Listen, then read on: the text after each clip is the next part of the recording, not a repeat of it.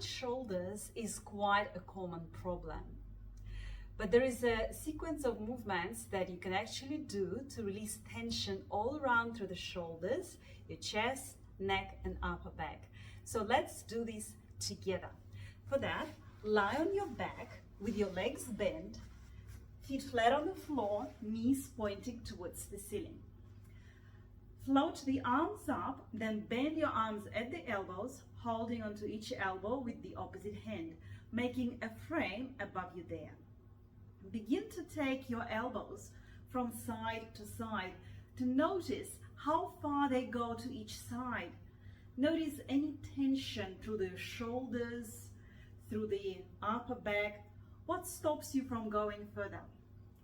Continue with this movement, but let your head move the same way as your elbows, from side to side.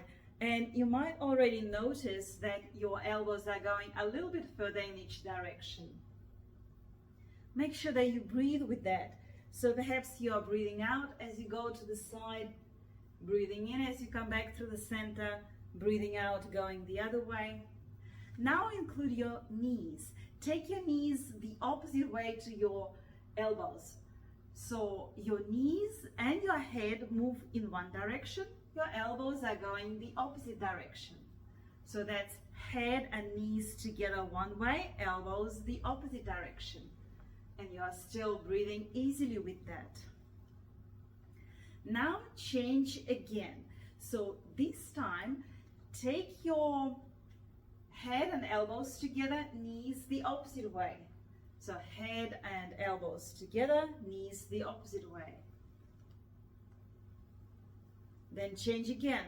Take your elbows and your knees together one direction, head on its own the opposite direction. So almost the whole body moving one way, head on its own the opposite direction. And then lastly, pause in the center. With your elbows, begin to draw circles up in the air and gradually make them larger. So you are taking the elbows towards the floor one way, then up above your head, towards the floor the other way, and then just above your chest.